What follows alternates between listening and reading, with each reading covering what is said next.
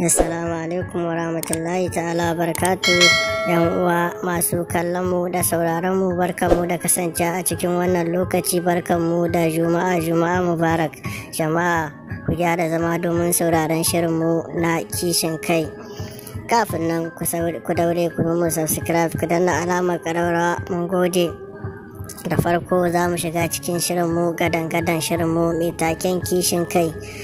Jama'a muna kira a gare ku 'yan ƙasa kaf baki ɗaya, muna kira a gare ku domin ku dinga yi ma shugabanninmu uzuri idan kun ga wani abin da suka yi ba daidai ba, idan da hanyar da za ku tura musu saƙon da zai kai gare su ta hanyar su gyara kuskuren su domin su gyara, idan kuma ba haka nan ba to suna bukata a da kamar yadda mai girma shugaban ƙasarmu Bazum Muhammad yake kishin ƙasa, amma duk da haka wasu daga cikin mutane suna ganin kamar ba hakanan bane ba.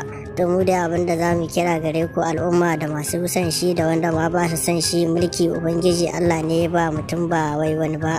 Insha Allah abin da ya sa muka faɗi haka dan ka kuga kamar wai wanda ba su son shi mu ma muna musu wani fatan da ba shi bane, a ba hakanan bane ba. Ta haka Allah halicci rayuwa, daman wani ko daidai yake ba za ka so shi ba, wani ko ba daidai ba yake za ka kana son shi.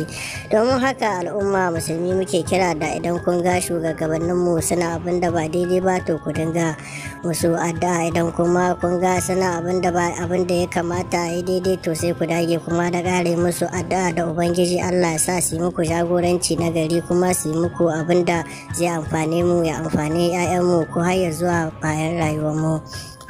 Mun gode. Ku daure ku yi mu subscribe. Daga jarida ta 6 insha Allah take zuwa muku daga Damana TV. Ku yi mu subscribe ku danna alamar ƙararrawa.